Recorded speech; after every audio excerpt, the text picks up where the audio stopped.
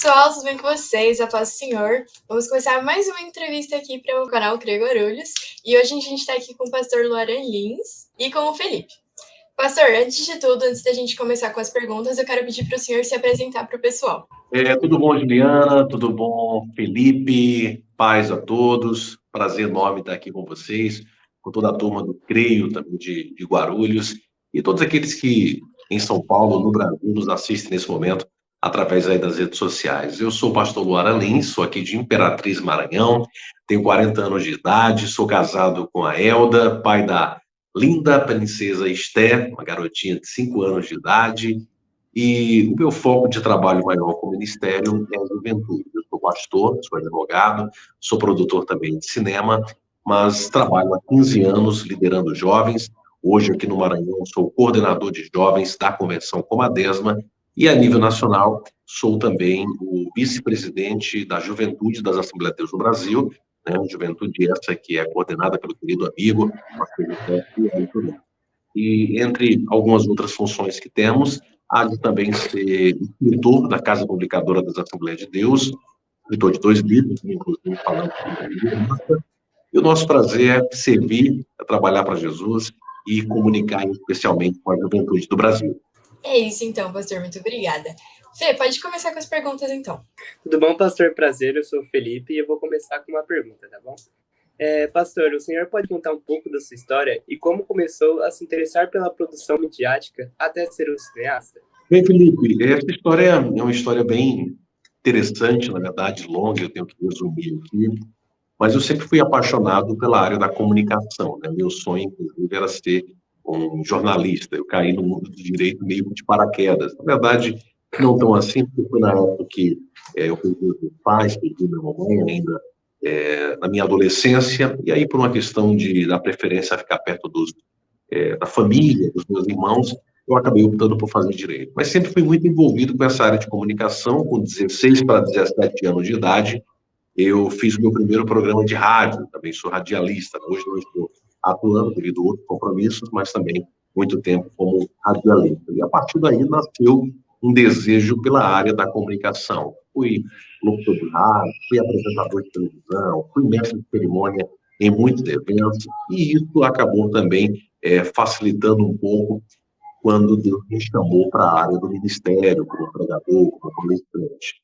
O Ministério do Cinema, ele veio quando eu assumi a juventude aqui em Imperatriz, aos 25 anos de idade. Um dia, voltando de uma viagem em Santa Catarina, eu pedi a Deus uma visão, um projeto que pudesse impactar os jovens do Brasil, e Deus falou comigo dentro do ônibus, assistindo a um filme chamado Prova de Fogo, acredito que vocês conheçam, dos irmãos Kendricks, criadores de A Virada, Desafiando Gigantes, Quarto de Guerra, Corajosa e tantos outros filmes que impactaram não só os Estados Unidos, mas como o Brasil e muitos outros países.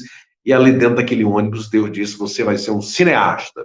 Ali nascia o primeiro produtor de cinema cristão do Brasil, e entendo que isso, na verdade, além de um dom, também é um chamado, é um ministério, porque através da sétima arte, a gente tem conseguido fazer com que milhares e milhares de pessoas, onde provavelmente eu nunca estaria, mas a visão, os filmes estão lá, evangelizando, falando do amor de Deus. E hoje o cinema, para mim, não é um hobby. O cinema, para mim, é um chamado de Deus, é uma paixão. Que ótimo, pastor. Muito interessante saber de todo esse processo até chegar onde o senhor está hoje, né? E é muito interessante falar sobre essa área de comunicação, porque nós estamos atuando aí por meio da comunicação para se comunicar, né, com a igreja, com outros cristãos. E, bom, seguindo isso, eu quero que o senhor comente um pouco sobre a respeito dos seus livros lançados pela editora da CPAD, que foi o Renúncia e Chamados para Liderar. Na verdade, quando a gente vai fazer um filme, geralmente as pessoas escrevem um livro primeiro. Quem faz assim, né? Você pode fazer um roteiro direto, mas alguns escrevem livros e depois transformam esses livros em roteiro de cinema. No meu caso, foi ao contrário. Quando eu produzi o filme Renúncia, isso lançado em 2011, eu escrevi o roteiro, eu gravei o filme, e depois do filme pronto, eu decidi transformar o filme em um livro. Comigo o processo foi ao contrário. E aí, como a gente lançou o filme na época, então veio num momento muito bom também para fazer o lançamento do livro. O livro, na verdade, ele conta a história do filme, é uma ficção, e acaba tendo também mais alguns detalhes. E aí, alguns anos depois, já trabalhando com liderança, já correndo esse Brasil, desenvolvendo projetos aí com a juventude, em especial ladeado pelo nosso querido amigo, o pastor Ronaldo Souza, né, coordenador, diretor executivo da CPAD. Então ele me pediu para que eu escrevesse um livro sobre liderança de jovem. E aí nasceu esse livrinho aqui chamado Para Liderar, um guia prático para líderes de jovens e adolescentes. E esse livro já está, acho que na 5ª ou na 6ª edição.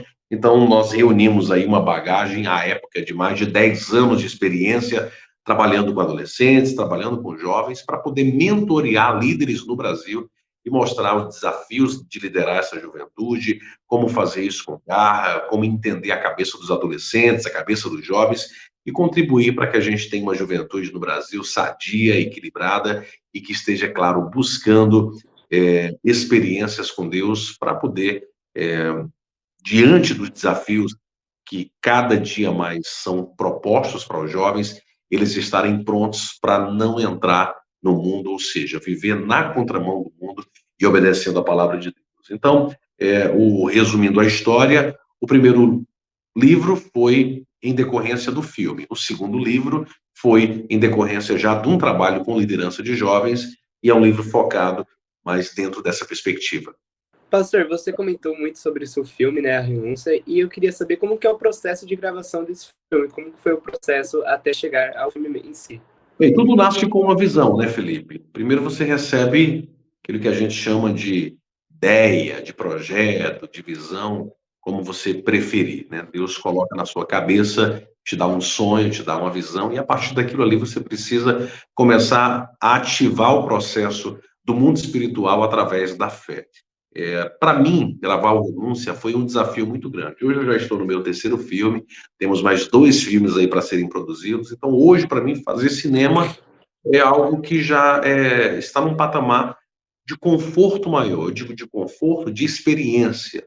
Agora, você imagina há 12, 13 anos atrás, eu aqui no interior do Nordeste, sem nunca ter feito nada nesse sentido, de repente dizer, eu vou gravar um filme. Então, isso foi um susto muito grande para a maioria das pessoas. Mas um filme, isso não era normal para a gente. Quando você fala de cinema produzido na América, produzido na Europa, ou até mesmo na América Latina, mas com condição, porque é um tipo de produto, é um tipo de projeto que requer uma grana, então é um pouco mais fácil. Mas no nosso caso, a gente não tinha experiência nessa área. Então as pessoas não tinham muita ideia, ou não tinham muito a ideia do que realmente o projeto seria. Mas nós acreditamos na visão, Deus foi confirmando, Deus foi me mostrando aí a equipe que a gente deveria escolher para trabalhar. Na verdade, a equipe foi composta por jovens da Assembleia de Deus e Imperatriz, e levamos 2 anos e 7 meses desde a concepção da ideia até o lançamento do filme Renúncia, né, que foi o nosso primeiro filme, lançado em 2011, ainda quando a galera usava aí o DVD. Hoje é tudo plataforma de streaming, né, ninguém usa mais DVD. Mas foi algo que nos surpreendeu, sabe, Felipe? Porque eu ainda não estava na CPAD, mas recebi o convite da CPAD para lançar o filme pela casa. Se tornou o primeiro filme das Assembleias de Deus no Brasil. Ali, como eu disse, nascia o primeiro cineasta cristão dentro das Assembleias de Deus. E a partir daí começaram a vir outros projetos. Então, é um processo doloroso, principalmente quando você faz sem recursos, né? Mas, ao mesmo tempo, gratificante ao saber que em cada fase do projeto Deus estava nos direcionando, mandando o maná de cada dia, ou seja, suprindo as nossas necessidades.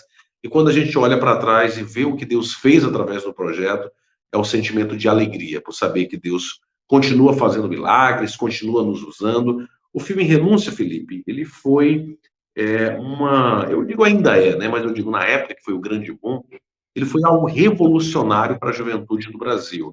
Eu não gosto de quantificar isso, para mim, ao céu pertence. Não saberia te dizer isso na prática, nem me interessa também saber. Mas pelos testemunhos que nós ouvimos de todo o Brasil, eu acredito, sem querer inflacionar números, mas que o Renúncia ele levou mais de 100 mil pessoas a Jesus através desse filme, não só no Brasil, mas como em outros países. Nossa, pastor, é muito gratificante ouvir isso, ainda mais nós que somos jovens, né? Ao ouvir isso e saber que através de comunicação a gente consegue atingir mais e mais, e é assim que cada vez mais possamos atingir mais corações.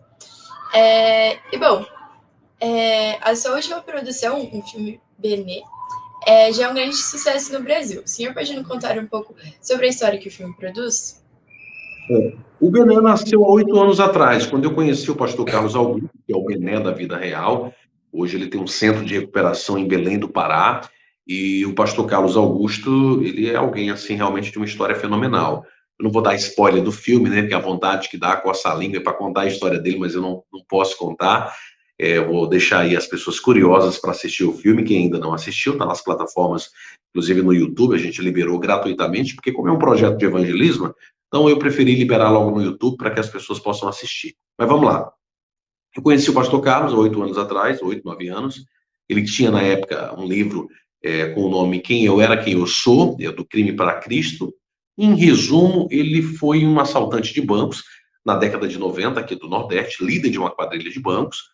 Teve uma vida muito sofrida, mas conheceu na adolescência, na pré-adolescência, o crime, as drogas, é um problema realmente social, até que na fase adulta já, ele foi preso, condenado, e lá ele conheceu Jesus, Jesus transformou a vida dele. Enfim, o filme fala mais ou menos sobre isso, né? Mas aí tem muitos detalhes que eu não posso nem quero contar aqui na live, para não perder a graça da spoiler. E eu disse, cara, esse filme, essa tua história é maravilhosa, essa tua história dá um filme. Mas eu fiquei com esse projeto durante 7 anos parado. Na verdade, eu já estava com o projeto pronto, mas não conseguimos os apoiadores financeiros para que o projeto acontecesse. E aí eu pensei em desistir. E 7 anos depois, por sinal, no meio da pandemia, aí Jesus falou comigo e disse: está na hora de você desengavetar o projeto. Eu disse: mas Senhor, mas durante esse tempo todo em que não havia pandemia, eu não consegui desenvolver o projeto. Imagine agora, no meio da pandemia, onde a gente está numa crise mundial, eu não vou conseguir patrocinadores, eu não vou conseguir pessoas para trabalhar. Aí Deus disse: mas é justamente agora, no meio da crise, para mostrar para você que eu sou Deus e que eu realizo sonhos, é que você vai fazer o filme. Em resumo, o que eu não fiz em 7 anos, eu fiz em 7 meses. Em 7 meses o filme estava pronto, no meio da pandemia, com todo o cenário contrário, mas Deus ele nos surpreendeu. E o Bené hoje, como você disse, já é um sucesso. Essa palavra sucesso, às vezes ela soa de uma maneira, para nós cristãos, às vezes não tão positiva, mas ele é sucesso no sentido de que o reino de Deus tem sido impactado, pessoas têm conhecido Jesus. O filme já foi passado para algumas milhares de pessoas. Nós liberamos o filme na internet, já temos aí mais de 300 mil pessoas nos canais. Agora mesmo eu estava olhando, nós dublamos o filme, que era um sonho meu, dublamos o filme para espanhol. Já temos mais de quase 60 mil pessoas só no meu canal, dentro de 10 dias, nos Estados Unidos, Guatemala, México, Colômbia, Bolívia, Argentina, em todos os países da América Latina, sendo tocado, assistindo, comentando o filme, dizendo: esse filme falou comigo, eu quero mudar, eu preciso de Jesus. Então, a arte, ela é um instrumento fenomenal para alcançar vidas onde nós não poderíamos chegar. Eu jamais, por exemplo, pensaria em chegar na Guatemala, em chegar no México. Eu sei que Deus pode me levar lá, mas imagine que em 10 dias, esquece o Brasil um pouquinho, tá? O Brasil é algo que tá, eu viajo o Brasil todo, tá dentro do Brasil é mais fácil. Mas imagine dentro da América Latina, em 10 dias, eu consegui chegar através do filme para 55 mil pessoas latino-americanas em cerca de pelo menos 13 países. Será se eu conseguiria chegar pessoalmente a essas pessoas, pregando a palavra? Eu não conseguiria. Mas o filme está lá, evangelizando elas, sem eu precisar sair de casa. Então, uma vez eu ouvi um certo pensamento de um pastor que já dorme no Senhor, que ele dizia assim, que a visão precisa ser maior do que o visionário. Onde o visionário não vai, a visão chega. Quem é o visionário? Sou eu. Quem é a visão, no caso do filme? É o projeto, é o filme. Onde o visionário, onde eu não posso chegar, o filme, que é a visão, chega. Então, a visão precisa ir mais longe do que eu como pessoa. O grande problema é que muita gente procura só a fama, o status. Então, ele está preocupado com as agendas que vão surgir, onde ele vai ser convidado, a oferta que ele vai receber. Ele não está preocupado com como a palavra que Deus deu a ele vai chegar às pessoas, entendeu? Então, é mais ou menos isso. Espero que tenha conseguido responder vocês a contento. Pastor, eu queria te perguntar agora, como que surge uma ideia para a gravação de um filme e quais são os primeiros passos até as que as gravações comecem? Você citou algumas dificuldades, eu quero que você explique para a gente. Primeiro nasce o desejo no coração, né? Você se coloca diante de Deus para ser usado por Ele, e eu sempre digo, o problema não é Deus te usar, Deus tem todo o prazer em usar você. A questão é você se deixar ser usado por Deus. Um dia eu disse para Deus, Senhor, me usa, Senhor. Eu não disse, Senhor, eu quero ser um pregador famoso. Senhor, eu quero agendas no Brasil. Senhor, eu quero estourar. Senhor, eu quero ser um escritor da CPAD. Senhor, eu quero ser um líder nacional. Não, eu nunca pedi isso para Deus. Eu só disse, Senhor, me deixa fazer mais para ti. Senhor, me dá dons, me dá projetos, para que através desses projetos pessoas possam alcançar a tua palavra. E aí Deus, como eu disse, me entregou esse chamado, esse ministério na área do cinema. Então, a partir disso, tudo vem de um desejo. O desejo nasce, antes de nascer no seu coração, primeiro nasce no coração de Deus.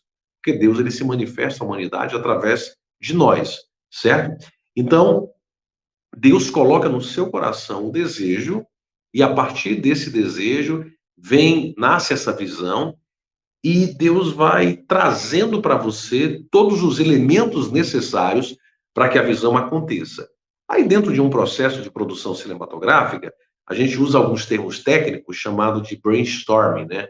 O que é brainstorming? Brainstorming é uma tempestade de ideias. A tempestade de ideias é aquele momento que começa a chover muita coisa na cabeça, muitas ideias, enfim, qual é o tipo de filme que você quer fazer, qual é o perfil que você de pessoas que você quer agregar. Por exemplo, no meu primeiro filme, era um filme que eu queria falar, eu tinha lido na época uma pesquisa que dizia que 58% dos jovens cristãos se desviam quando entram na universidade.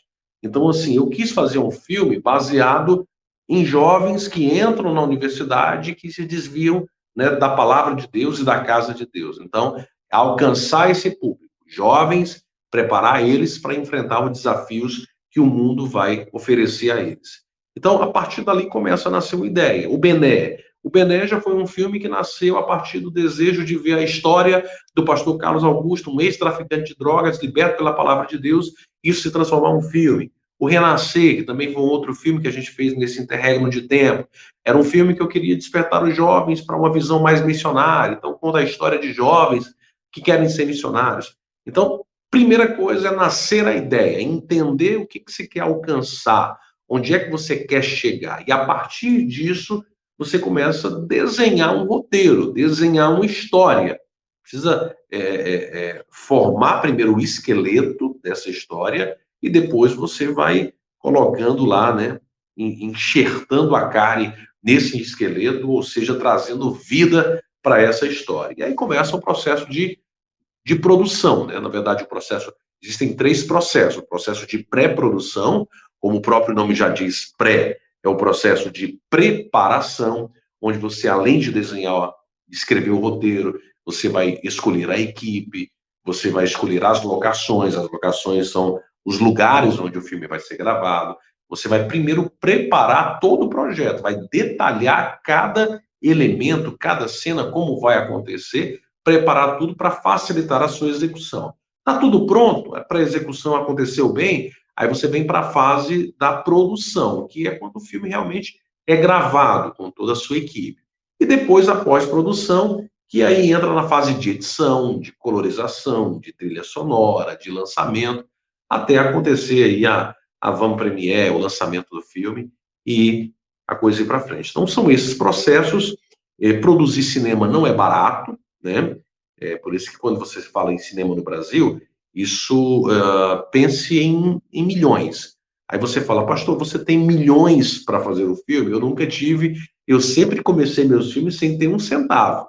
Sempre terminei eles também sem um centavo no bolso, mas sempre terminei o projeto vendo o milagre de Deus acontecer e Deus providenciando cada detalhe. Graças a Deus, Nós fazemos parte de uma igreja Assembleia de Deus, onde as pessoas elas são muito dadas a servir, né, a ser voluntários.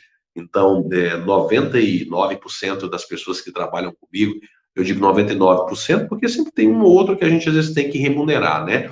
Mas a grande maioria das pessoas que trabalham comigo nos projetos do filme são voluntários, são jovens da igreja, são pessoas da igreja que às vezes nem eles sabiam que eles tinham aquela experiência, nem eles sabiam, na verdade, nem experiência, sabiam que eles tinham aquele dom e de repente são descobertos aí como produtores, como atores, e o Espírito Santo vai capacitando cada um. É algo assim fenomenal. E isso abre um leque para dizer o seguinte, cara, se Deus de repente chegar aí para o Felipe, você vai produzir cinema. E aí os seus adolescentes podem ser seus atores, entendeu? De repente a Juliana vai ser a roteirista, cara, por que não? Eu sou um jovem, né? Me considero um jovem ainda, um líder de jovens, mas do interior do Maranhão. Quem um dia podia pensar que um cara do interior do Maranhão, sem nunca ter feito cinema na vida, ia se tornar um cineasta com 3 filmes, entendeu? Então, assim, o Deus que usa o Luarano Imperatriz Maranhão, usa o Felipe e a Juliana e o Matheus aí em Guarulhos, usa outro lá no Tocantins, lá no Rio de Janeiro, enfim, é o mesmo Deus. Não existe essa coisa, São Paulo, Maranhão. Não, para Deus, somos todos iguais e o que Deus quer realmente de nós é uma geração que busque a Ele e busque em espírito e em verdade, que esteja disposta a fazer a obra dele. Paulo, usado por Deus, ele vai dizer para o jovem Timóteo, né? Ei, Timóteo, desperta o dom de Deus que há em você. Ninguém despreze a tua juventude. Não é porque você é um adolescente, não é porque você... Já estou pregando aqui, já, tá vendo? Já estou pregando. Não é porque Pode você... continuar, pastor. Não é porque você é um adolescente, não é porque você é um jovem, que você não pode fazer grandes coisas para Deus. A autoridade do ministério não está na idade. A autoridade do ministério está na palavra de Deus que está em você. E os sonhos de Deus, eles são muito maiores. Deixa eu só contar aqui uma coisa. Eu sou do Maranhão, eu tenho 40 anos, 38 anos da minha vida são no Maranhão. Mas eu morei um ano em São Paulo, dos meus 13 para os meus 14 anos, 12 para 13, 13 para 14, algo mais ou menos assim. E eu morei na casa de um tio meu, na cidade de Franco da Rocha. Vocês conhecem Franco da Rocha? Pronto, morei em Franco, né? Isso ainda na minha adolescência. E eu nem sei se essa revista existe ainda mais no formato impresso, talvez ela exista só digital, mas tem uma revista da CPAD chamada Geração JC. Vocês já viram a Geração JC? Pronto. E aí eu assinava na época a Geração JC. Isso eu tenho 40 anos de idade, 13 fazem 27 anos. 20, 26, 27 anos de idade. Eu era um adolescente, 13, 14 aninhos. E eu tinha a Geração JC na mão. Olha que coisa. E eu curtia muito, né, as matérias da Geração JC. Eu lembro que em uma das páginas da Geração JC tinha lá fotinhas de jovens de todo o Brasil, né? Pessoal que mandava cartinha, enfim, que saía as fotinhas naquela revista. E eu lembro que eu fiz uma oração aí em São Paulo, eu disse, Senhor, eu tenho um sonho. Olha o sonho do adolescente. O meu sonho é um dia ter a minha foto publicada aqui junto com esses jovens na revista Geração JC. É o maior sonho da minha vida, é esse. Hoje eu sou um escritor da CPAD. Olha, o que Deus faz? Meu sonho era ter uma foto na revista, era só isso. E Deus disse, não, você não está entendendo, filho. Eu tenho coisas maiores. Você não vai ter uma foto lá. Você vai ser um escritor de lá. Então, assim, eu não estou contando isso com vantagem. Estou contando isso para dizer que Deus é poderoso para fazer infinitamente mais do que pedimos ou pensamos. Ele ouviu a oração de um adolescente que só queria ter uma foto. Ele pegou esse sonho, ele diz, por causa do teu coração, eu vou fazer algo muito maior. Só que eu não vou mostrar para você agora, né? Às vezes a gente quer ser ansioso e quer que Deus já mostre o nosso futuro, e Deus não faz isso, porque Deus quer que a gente sonhe. Então, lá na frente, Deus vai fazendo as coisas acontecerem, aí você olha para trás e diz, meu Deus, meu sonho era tão pequeno, olha o que Deus fez. Pronto, já preguei aqui, acabou. Amém, pastor. Glória a Deus pela sua vida. É muito bom ouvir esse testemunho e nos dá mais motivação para continuar sonhando. E é exatamente como o pastor falou, que às vezes nós temos planos e Deus faz melhores ainda do que a gente imagina. E, bom, o pastor falou um pouco mais sobre esse processo de produção de um filme, todo esse processo mesmo cinematográfico. Eu queria perguntar para o senhor qual foi uma experiência assim, marcante, algum acontecimento ou situação que você lembra durante alguma produção e que marcou assim, a sua vida, que você se recorda assim, uma experiência para você compartilhar com a gente. Eu vou falar de duas experiências. Uma do mundo espiritual, na verdade, as duas são do mundo espiritual. Mas uma foi durante a produção do filme Renúncia, onde nós fomos muito retaliados por Satanás. E eu não sabia o porquê. Depois, quando o projeto aconteceu, eu entendi que é porque o projeto seria muito grande e o inimigo não queria que a gente realizasse aquele projeto. Há uma cena no filme, eu não sei se vocês já assistiram Renúncia, mas há uma cena no filme em que uma das atrizes no filme ela morre, né, um acidente de carro. Esse acidente aconteceu uma semana depois da gravação do filme, com as mesmas pessoas, do mesmo jeito. Satanás trouxe na prática o que aconteceu na ficção. As meninas foram internadas, tá? Graças a Deus não morreram, oh, glória a Deus, mas foi bem difícil. E aí, dentro desse processo de produção, houve uma outra situação também, em que um dia a gente ia gravar num domingo pela manhã, no sábado à noite, antes de dormir, eu fui orar, e Deus falou comigo assim: repreenda o espírito de morte e de acidente.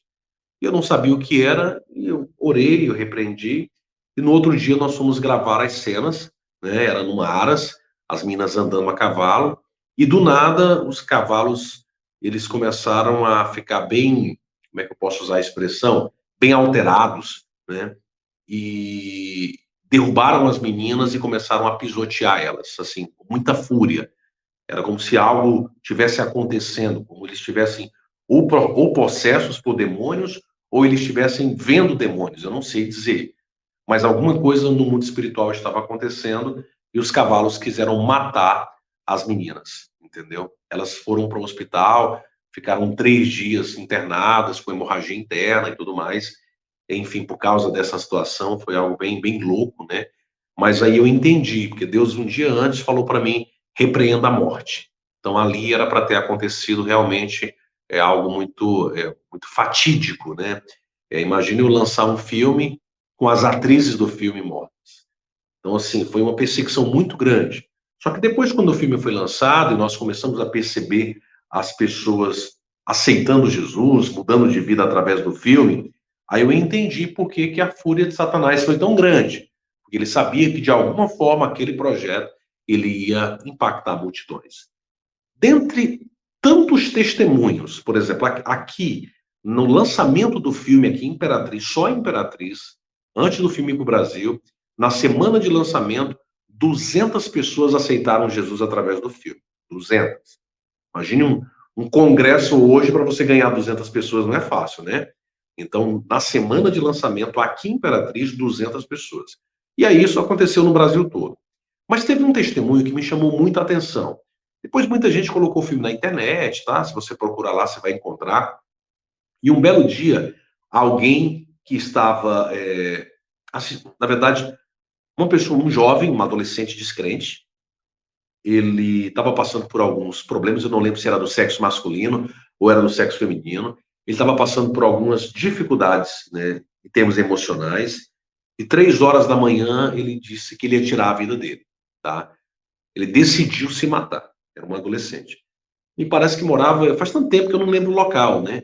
Ele deixou o depoimento dele na rede social.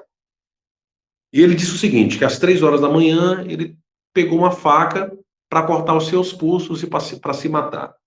E quando ele pegou a faca para cortar os pulsos, ele disse que dentro do quarto dele ele ouviu uma voz. E ele disse que a voz era muito nítida e disse para ele assim: não faça isso. Aí ele olhou assim, ó, até me arrepiou, ficou: quem que está falando comigo? E procurou, não tinha ninguém, porque os pais dele estavam dormindo, ninguém sabia o que estava acontecendo. E aí ele foi de novo cortar o pulso e a voz disse: não faça isso. Ele não era cristão.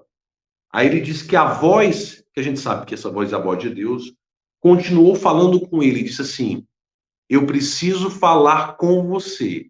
Abra o seu computador procure na internet um filme chamado Renúncia e eu vou falar contigo. Aí diz que começou a ouvir renúncia, renúncia. Parece mentira, né? A gente contar essa história assim, parece algo, mas assim, foi o próprio adolescente contando isso. Renúncia, renúncia, renúncia, renúncia. Meu Deus, renúncia. Aí ele foi lá para o YouTube, botou renúncia, viu o filme, aí começou a assistir. E durante o filme, o Espírito Santo foi tratando com ele, e dentro do quarto dele, ele se converteu a Cristo, e o diabo perdeu aquela vida. O céu ganhou e o diabo perdeu, porque o diabo tinha procurado matar. Então, não sei se você conseguiu entender a dimensão disso. O Espírito Santo usando um filme e dizendo para aquele adolescente que não era cristão, no meio da madrugada, eu quero me revelar a você através do filme Renúncia. Você tem ideia disso? É algo assim, parece ilógico, né? Como são ilógicas as coisas de Deus. Não dá para entender realmente a mente de Deus. Ele faz como ele quer. Então, eu acho assim, teria muitos testemunhos, mas eu lembrei desses dois, que realmente foi algo assim, realmente que me impactou muito. Pastor, eu queria fazer outra pergunta, se há alguma produção em andamento. Se tiver, se você pode nos dar um spoiler sobre. Na verdade, assim, a gente está preparando, né, como eu disse para você, fazer cinema não é barato, então também não dá para a gente, vamos fazer um cinema, vamos fazer um filme amanhã, também não é assim, existe todo um processo de programação para isso. Mas eu não tenho medo de desafios. Eu tenho dois filmes escritos, tá?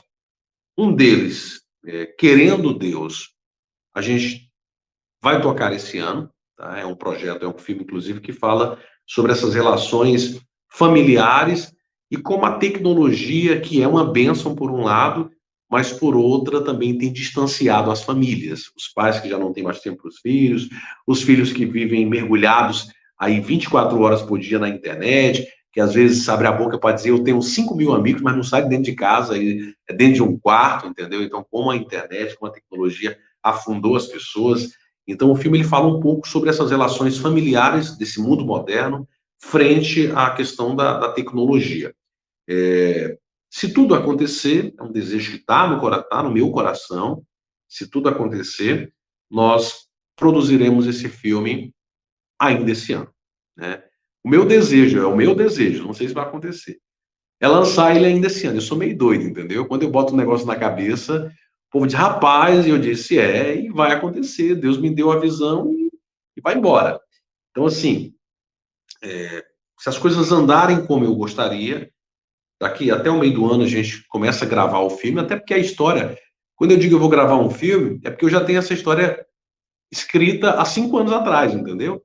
Então Deus vai te dando os projetos, às vezes você às vezes pensa que o projeto é para aquela hora e não é. O Bené eu fiquei com 7 anos parado.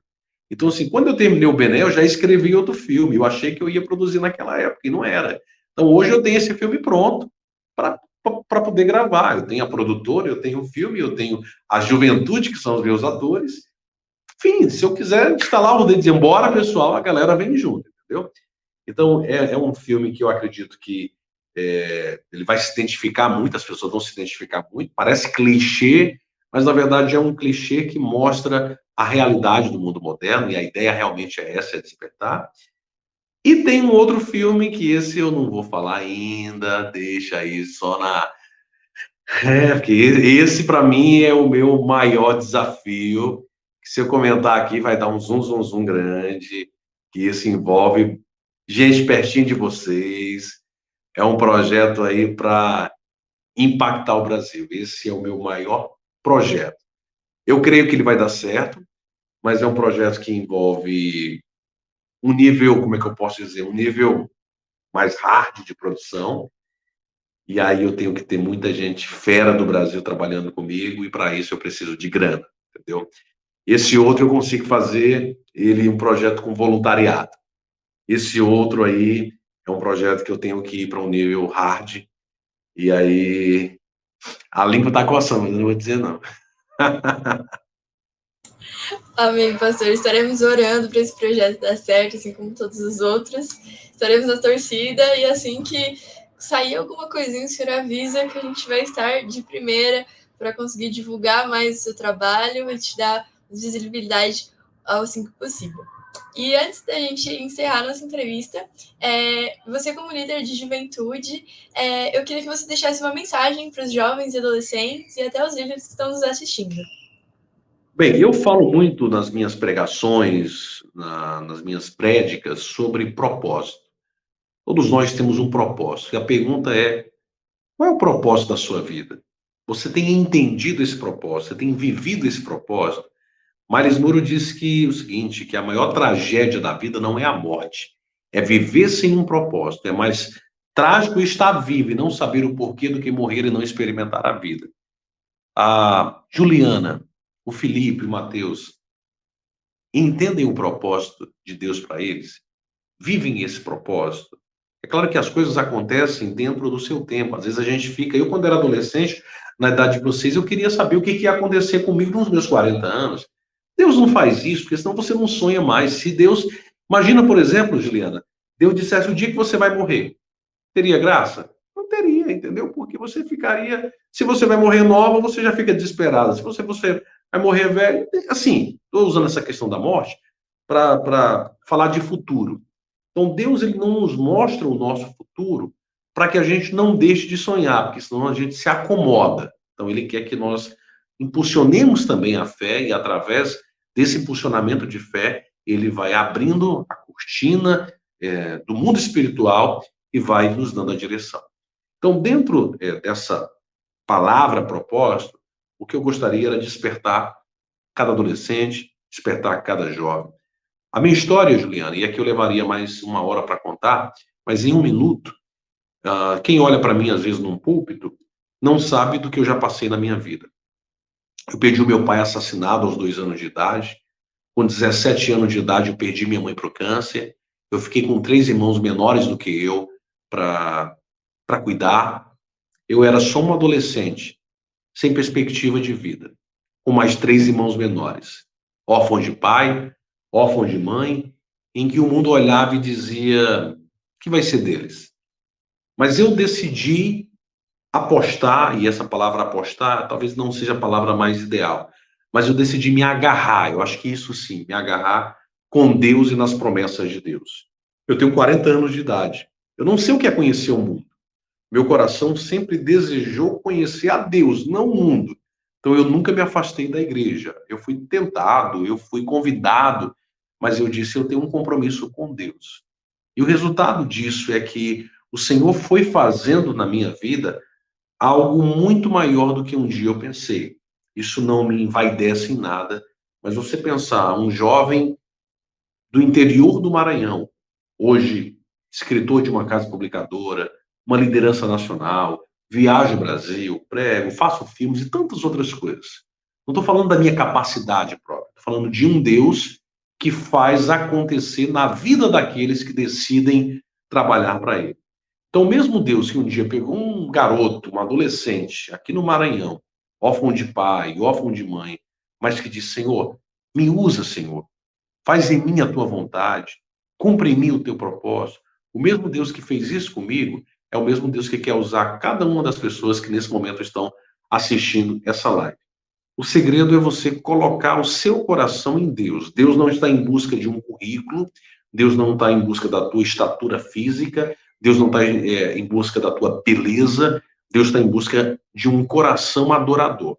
Você olha para a palavra, um dia quando o profeta Samuel foi ungir um dos filhos de Jessé para ser o futuro rei de Israel, e como homem, Samuel foi procurar aquele que ele achava que tinha mais capacidade, né? Era o mais preparado. Então pegou lá os irmãos, enfim, os irmãos que tinham mais qualificações, os filhos que tinham mais qualificações de Jessé. E Deus disse: não, não, não, você está errado, Samuel. Eu não vejo como o homem vê. O homem vê o que está diante dos seus olhos, mas eu olho para o coração. E Deus foi procurar justamente em uma adolescente, no Davizinho ali, com 14, 15 aninhos, um pastorzinho de ovelhas, né, que estava começando, mas que tinha um coração adorador. Deus pegou uma adolescente, olha só, e disse: você tem um coração puro, você vai ser o futuro rei de Israel. Esse Davi hoje pode ser qualquer um dos adolescentes aí do CREIO de Guarulhos, do CREIO de São Paulo, de outros adolescentes do Brasil. que possam ser tremendamente usados por Deus. O que Deus precisa é de corações adoradores. Ele diz, eu estou em busca de verdadeiros adoradores que me busquem em espírito e em verdade. O mundo vai fazer de tudo para tirar você da casa de Deus, para seduzir, para poder fazer com que você ache que fora da casa de Deus você vai ter algumas benesses. Mas o melhor lugar onde você pode estar é na casa de Deus. É como eu disse para você, eu tenho 40 anos e eu me sinto um jovem, eu sou um jovem ainda, um jovem líder. Eu nunca desviei dos caminhos do Senhor. E um dia, quando eu era um adolescente, eu fiz uma oração para Deus. Eu disse, Senhor, eu tenho muitos sonhos, mas eu abro mão dos meus sonhos para viver os teus sonhos, porque eu sei que os teus sonhos são melhores do que os meus. Então, primeiro eu fiz um acordo com Deus, em que Deus cumprisse os seus sonhos na minha vida. E assim, o segundo acordo que eu fiz com Deus, eu disse, Senhor, nunca me deixa sair da tua casa. Se um dia for para eu sair da tua casa, para eu me desviar, para eu perder a minha salvação, tu pode me preparar e me levar para o céu, porque não adianta eu viver a vida inteira e no final eu perder a minha salvação. Então eu não quero viver muito se não for para viver contigo eternamente. E eu disse para Deus, e isso Deus levou muito a sério e fez com que hoje eu chegasse aonde eu estou. Eu não sei quantos anos eu vou viver ainda, Juliana, nem Felipe, nem Mateus. Eu não sei se eu viverei mais um ano, não sei se eu viverei mais 40 anos. Mas o que eu quero é, assim como Paulo, dizer um dia, combati o bom combate, acabei a carreira e guardei a fé. Em outras palavras, tudo o que eu podia fazer para promover o reino de Deus, eu fiz. Cada dia da minha vida foi investido em cuidar de pessoas. Eu acabei de lançar um filme e eu já estou preparando outro. Mas eu não resumo meu ministério só a filmes. Eu viajo, eu dou palestras, eu cuido de jovens, eu sou líder de jovens aqui no Maranhão. Estamos chegando aí em maio nosso congresso. Tudo que eu faço, absolutamente tudo, é voltado para engrandecer o reino de Deus. Então, entenda isso, seja um canal nas mãos de Deus e lembre-se que Ele é quem vai te capacitar para fazer coisas maiores. É isso. Amém, pastor. Muito bom essa entrevista, saber mais sobre a sua vida, seu ministério. E nós somos muito gratos pela sua participação.